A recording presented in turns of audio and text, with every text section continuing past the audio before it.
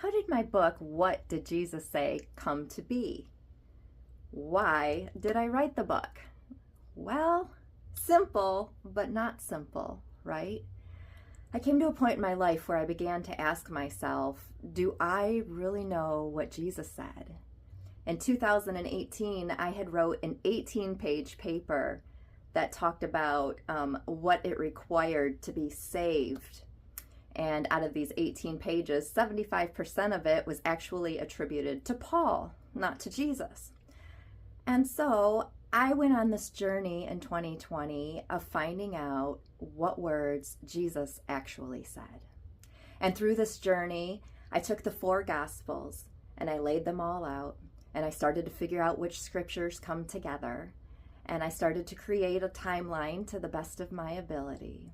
And I started to figure out, what did Jesus actually say? And I found out I didn't know. A lot of the things that I had attributed to him and to my way of being in life were actually not said by him. They were said by other people. And some of those people didn't really understand what he was teaching. So then I went back and I started realizing that words were important. And I started looking at, what do different words mean? What were their original meanings? What was the context of surrounding the situations that were happening? And then I took it all and I started to write. And now what we have is the book. What did Jesus say? Almost every word in the book is directly quotes from him. There's no commentary, there's no opinion.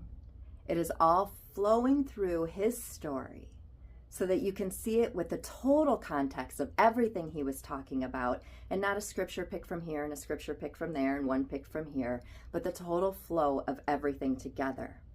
You get to see what was happening in the background.